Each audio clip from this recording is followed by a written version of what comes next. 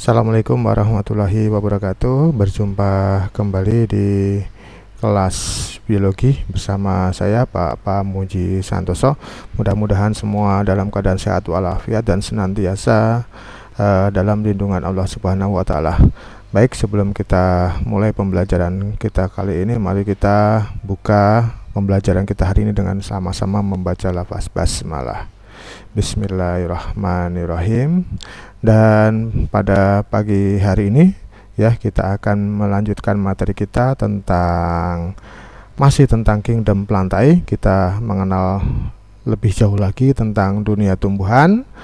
Ya, setelah minggu yang lalu kita secara spesifik mempelajari tumbuhan lumut dan paku, maka pada hari ini kita akan mempelajari kelompok yang lain dari kingdom plantae atau tumbuhan. Ya, ini adalah bagian ketiga. Yang akan kita pelajari adalah tentang divisi spermatopita. Kalau kemarin lumut dan paku atau divisi bryopita dan pteridopita, hari ini kita akan mempelajari tumbuhan berbiji. Ya, tumbuhan yang anggotanya tersebar luas, ya, bersifat kosmopolit. Kalau lumut dan paku hanya bisa kita temukan di tempat-tempat yang basah atau lembab. Nah, kalau spermatopita ini tumbuhan yang berbiji dan relatif tersebar sangat luas, ya, sangat luas, mulai dataran tinggi sampai laut dalam itu ada bisa ditemukan spermatopita. Ya, ini dikenal sebagai tumbuhan berbiji dan merupakan tumbuhan yang paling mudah kita temukan di sekitar kita, ya. Kompetensi dasar yang melandasi materi ini masih sama, ya, masih tentang kingdom plantae, yaitu ada pada KD 3.8. Ya, kamu bisa mengelompokkan tumbuhan ke dalam divisi-divisi, ya, berdasarkan ciri umum serta mengkaitkannya dengan peranannya dalam kehidupan. Dan juga 4.8 menyajikan laporan hasil pengamatan dan analisis fenetik dan filogenetik tumbuhan serta peranannya dalam kehidupan. Tujuan pembelajaran hari ini, ya, nanti yang pertama kamu bisa menjelaskan ciri umum divisi spermatopita atau golongan tumbuhan berbiji. Yang kedua bisa menjelaskan klasifikasi spermatopita, ya. Nanti ke spermatopita dibagi-bagi lagi, dikelompok-kelompokkan lagi menjadi beberapa kelompok. Kemudian yang ketiga menjelaskan peranan spermatopita. Ini 3 tujuan pembelajaran kita hari ini. Mudah-mudahan bisa terlaksana dengan baik dan dapat dipahami oleh kalian dengan baik pula. Baik, kita masuk ke materi pertama, ya. Ciri umum spermatopita, ya. Ciri umum ini artinya dimiliki oleh semua tumbuhan yang termasuk dalam kelompok spermatopita, ya. Yang pertama, semua spermatopita adalah merupakan kormopita sejati, artinya akar, batang, dan daunnya bisa dibedakan dengan jelas, ya. Kemudian memiliki organ-organ yang sempurna, organ-organnya sudah berkembang dengan sempurna, akar, batang, daun, bunga, ya, buah, biji itu sudah berkembang dengan sempurna. Kemudian memiliki pembuluh, ya, kita tahu ini pembuluh yang terdapat pada lapisan-lapisan batang, ya, merupakan komponen penyusun lapisan batang. Itu ada pembuluh, ya. Waktu SMP mungkin kalian kenal sebagai xilem dan floem, ya, anatomi batangnya seperti ini misalkan, ya, atau akar, ya, ada xilem dan floemnya. Kemudian organ kelamin tampak, yaitu apa? Organ kelamin pada tumbuhan itu terdapat pada bunga, ya, dan spermatopita itu adalah tumbuhan dengan organ kelamin tampak atau phanerogamae sifatnya. Kemudian memiliki bunga, ya. Bunga adalah tempat terdapatnya alat kelamin. Kemudian memiliki embrio atau disebut embryopita, tumbuhan berembrio. Embrio ini terdapat atau dapat kamu temukan pada biji. Kemudian spermatopita tidak mengalami metagenesis, tidak seperti lumut dan paku, ya. Spermatopita tidak mengalami metagenesis karena dia hanya terdiri dari satu fase saja, yaitu fase sporofit, sementara fase gametofitnya tereduksi, ya, tidak ada. Kemudian kosmopolit, ya, tersebar luas, ya, dari dataran tinggi sampai dataran rendah bisa kita temukan spermatopita. spermatopita dari lintang tinggi ya, daerah kutub sampai dengan daerah ya tropis ya, lintang rendah, itu bisa kita temukan spermatopita. Kemudian klasifikasi ya, kita masuk ke klasifikasi atau pengelompokan divisi spermatopita tumbuhan berbiji ya. Spermatopita nanti terbagi menjadi 2 subdivisi ya. Jadi sebelum kelas ya, untuk spermatopita nanti dikenal ada 2 subdivisio, yaitu apa? Yang pertama adalah Gymnospermae, dikenal dengan tumbuhan berbiji terbuka, dan kedua adalah Angiospermae, tumbuhan dengan biji tertutup ya. Nanti yang perlu kalian kenal lebih jauh lagi, nanti Angiospermae dikelompokkan menjadi 2 kelompok atau 2 kelas, yaitu yang kita kenal sebagai kelas Monocotyledon atau tumbuhan dengan biji berkeping 1, dan kelas Dicotyledonae ya, biji berkeping 2 ya. Ini ya target kita, pengenalan klasifikasi untuk spermatopita. Tolong disimak dengan baik ya. Paling tidak kamu bisa membedakan gimnos dengan angios dan bisa membedakan monokotil dengan dikotil.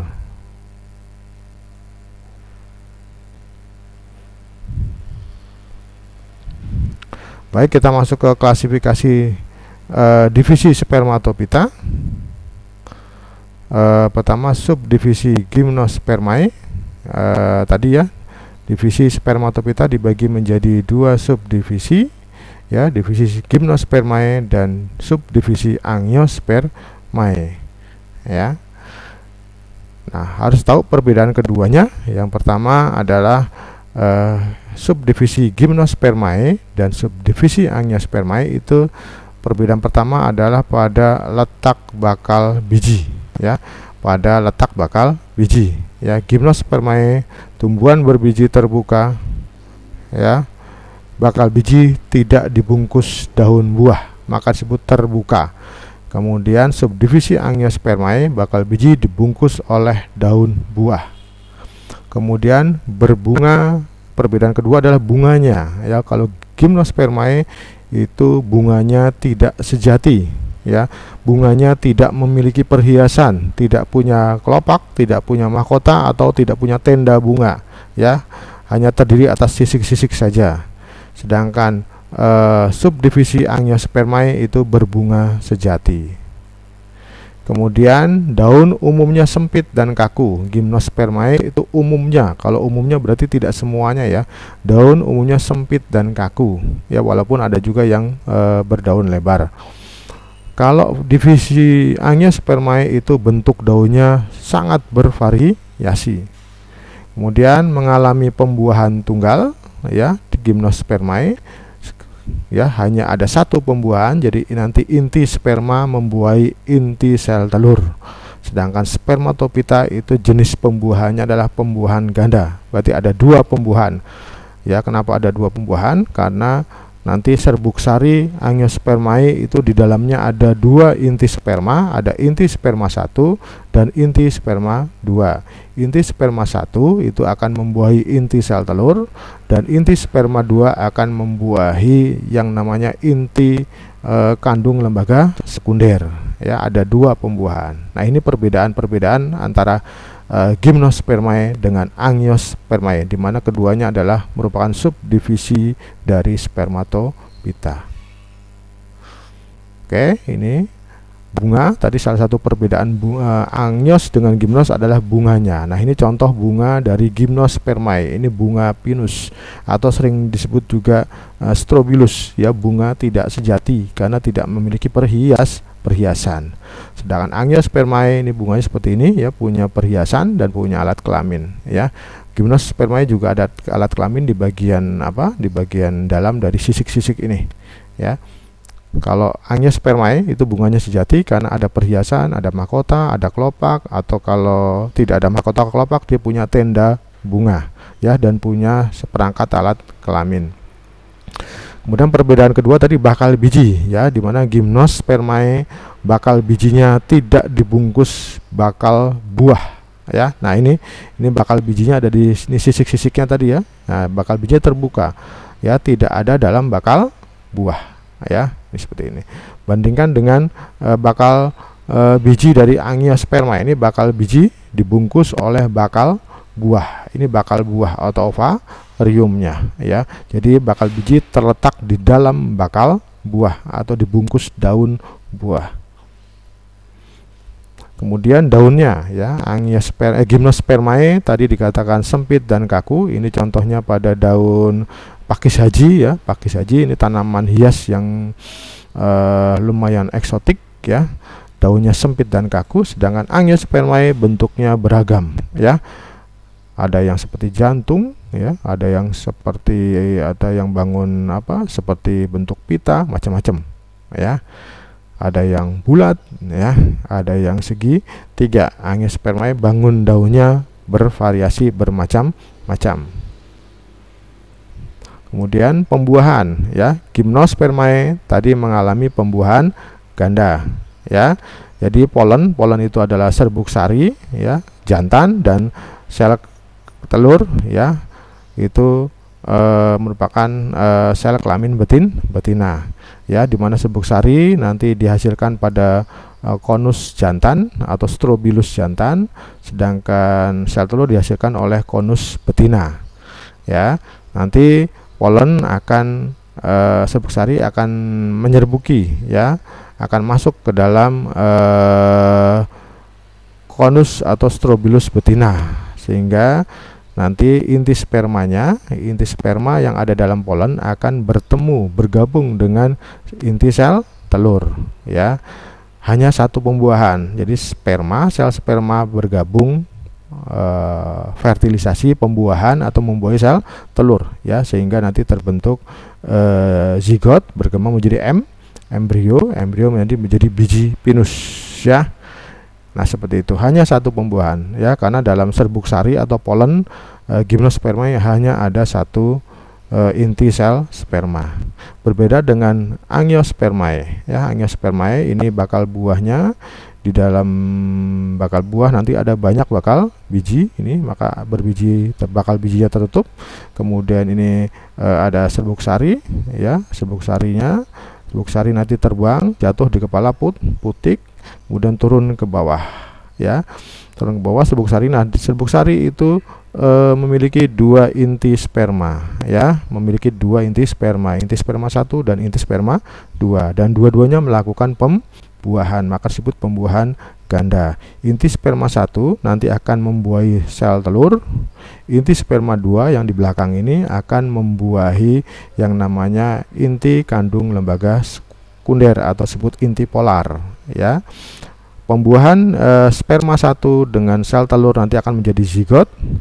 Pembuahan kedua yaitu antara inti sperma 2 ini dengan inti polar atau inti kandung lembaga sekunder akan menjadi endosperm ya, dan keduanya nanti akan berkembang menjadi biji seperti ini ya, disebut pembuahan ganda.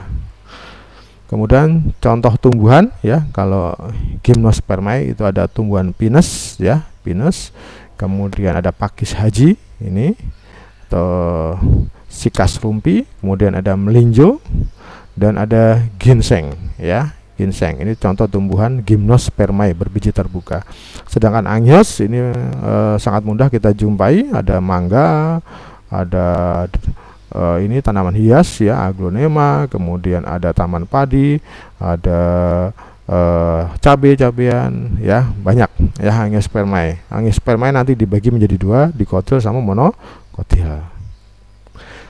Kemudian Angiospermae dibagi menjadi dua kelas ya tadi ya, monokotil dan dikotil. Kalian pun harus bisa membandingkan keduanya.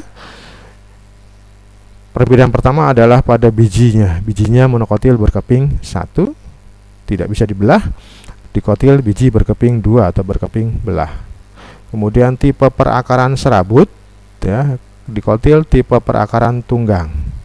Kemudian batang tidak berkambium ya, monokotil batangnya tidak berkambium sehingga relatif tidak bisa membesar ya, karena kambium itu fungsinya dia adalah untuk memperbesar diameter batang ya, sedangkan dikotil batangnya berkambium sehingga batang dikotil relatif bisa tumbuh lebih besar.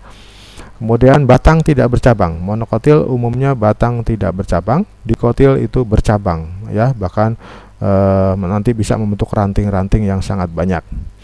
Terus ruas atau nodus pada batang terlihat jelas, misalkan pada bambu, pada pohon kelapa itu ruas-ruas batangnya terlihat jelas. Sedangkan pada dikotil ruas batang tidak terlihat atau bahkan tidak ada. Kemudian bentuk daun umumnya seperti pita, memanjang, misalkan daun padi, daun rumput-rumputan, daun jagung, ya, daun bambu, ya, itu seperti pita. Sedangkan dikotil bentuk daun bervariasi, ya. Tipe pertulangan daun, ya, monokotil itu sejajar atau melengkung, jadi tulang-tulang daunnya saling sejajar. Sedangkan dikotil tulang-tulang daunnya itu bisa menyirip atau bisa juga menjari. Tipe bunga kemudian monokotil tipe bunga perigonium, artinya perhiasan bunganya tidak bisa dibedakan antara mahkota dan kelopak. Sedangkan dikotil tipe bunganya itu periantum, arti perhiasannya lengkap, ada mahkota, ada kelopaknya. Kemudian jumlah bagian bunga, ya, jadi kelopak atau mahkotanya, tenda bunga biasanya karena perigonium ini bunga yang tidak bisa dibedakan antara mahkota dan kelopak sehingga disebut tenda bunga. Biasanya tenda bunganya itu berjumlah 3 atau kelipatannya 3 atau 6. Sedangkan dikotil jumlah bagian bunganya, mahkota atau kelopaknya kalau dihitung bisa 4, bisa 5 atau kelipatan 5. Nah, seperti itu perbandingan antara monokotil dan dikotil. Nah, seperti ini tadi, ya, ini biji monokotil, misalkan biji jagung, ya, strukturnya seperti ini. Kemudian ini biji kacang, ya, kacang tanah misalkan, ya, bisa kita belah menjadi 2 keping dan di dalam bijinya nanti kita jumpai ada embrio. Di monokotil juga ada embrionya ini, ya. Kemudian tipe akar, ya, tipe akar kalau dikotil ada berakar tunggang, ya, ini seperti ada akar yang besar bertumbuh tegak lurus, ya. Sedangkan monokotil tidak punya akar tunggang, akarnya bertipe serabut seperti ini.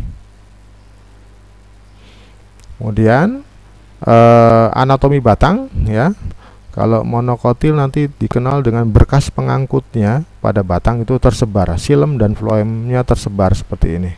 Sedangkan dikotil dia karena memiliki kambium, ini kambium, ya, ini kambium, ya, ini floem, ini xilem, yang hitam ini xilem, yang ini floem. Itu terletak teratur, ya, teratur karena dia terikat oleh kambium, ya. Itu kemudian batang monokotil dan dikotil selain kambiumnya bisa dilihat juga di sini, ya, tidak bercabang, ya, batangnya tidak bercabang dan beruas. Monokotil tidak bercabang dan ruas-ruasnya terlihat jelas. Sedangkan dikotil, ya, tidak beruas dan memiliki banyak cabang. Terus perbedaan berikutnya ada pada bentuk daun, ya. Monokotil, nah ini daunnya umumnya seperti pita, memanjang, misalkan daun jagung. Kemudian kalau dikotil, ya, bentuk daunnya bervariasi, ya. Ada yang lonjong seperti ini, ada yang juga bentuknya seperti jari, misalkan daun singkong, ya. Terus juga dilihat, ya, pertulangan daunnya. Kalau monokotil pertulangannya daun itu sejajar. Jadi antar tulang-tulang daunnya sejajar, ya, atau melengkung, ya. Kalau dikotil pertulangan daunnya menyirip, ya, ini menyirip, ya. Ini ibu tulang daunnya, kemudian anak tulang-tulang daunnya seperti sisik ikan menyirip. Kalau ini menjari, ya, tulang-tulang daunnya. Kalau pada daun singkong, daun pepaya, daun jarak, ya, itu menjari. Kemudian bunganya juga berbeda. Monokotil tadi dikatakan perigonium, tipe bunga yang mahkota dan kelopaknya tidak bisa dibedakan. Ini contohnya bunga lili, ya. Ini bunga lili contohnya, dan bunga anggrek, ya. Ini tidak bisa dipisahkan mana mahkota mana kelopak, ya. Nah, ini tipe perigonium, ya. Tipe perigonium ini bukan mahkota, bukan kelopak, ini adalah tenda bunga. Nah, ini alat kelaminnya. Sedangkan bunga dikotil, misalkan ini bunga melati, ya, ada kelopak, ini ada kelopaknya, dan ada mahkota atau bertipe periantum, ya. Kemudian jumlah bagian bunganya ya, kalau monokotil 3 atau kelipatannya ya. Ini ada 1 2 3 4 5 6 ya, 3 atau kelipatannya. Sedangkan dikotil 4 5 atau kelipatan 5 jumlahnya. Baik, kemudian peranan spermatopita ya, tumbuhan spermatopita, tumbuhan yang dikenal luas oleh masyarakat, banyak sekali manfaatnya. Di antaranya ada sebagai sumber karbohidrat ya, ada padi, ada singkong, ada jagung, ada berbagai macam ubi-ubian ya. Kemudian sumber vitamin ya, ada bayam, tomat, wortel, jeruk, apel dan buah-buahan lainnya ya. Kemudian sumber bahan obat ya, yang sampai sekarang terus dieksplorasi, ada jahe, kencur, kunyit, kumis kucing ya, sebagai obat apa, kumis kucing, batu ginjal ya. Kemudian kayu putih yang konon katanya bisa mengurangi penyebaran COVID ya. Kemudian sumber bahan bangunan ada jati, mahoni, kamper dan lain-lain. Dan juga bahan sandang kapas ya. Ini manfaat dari spermatopita ya. Saya kira itu untuk materi hari ini. Silakan dipelajari lebih lanjut ya. Kalau kurang jelas bisa diulang-ulang kembali materi ini, atau kalau pengen menggali lebih dalam lagi, sekali lagi silakan baca buku literasi lainnya, bisa literasi cetak maupun literasi elektronik ya, internet. Saya kira mudah-mudahan apa yang kita pelajari hari ini bisa bermanfaat ya. Terima kasih atas atensinya. Saya ucapkan Assalamualaikum warahmatullahi wabarakatuh.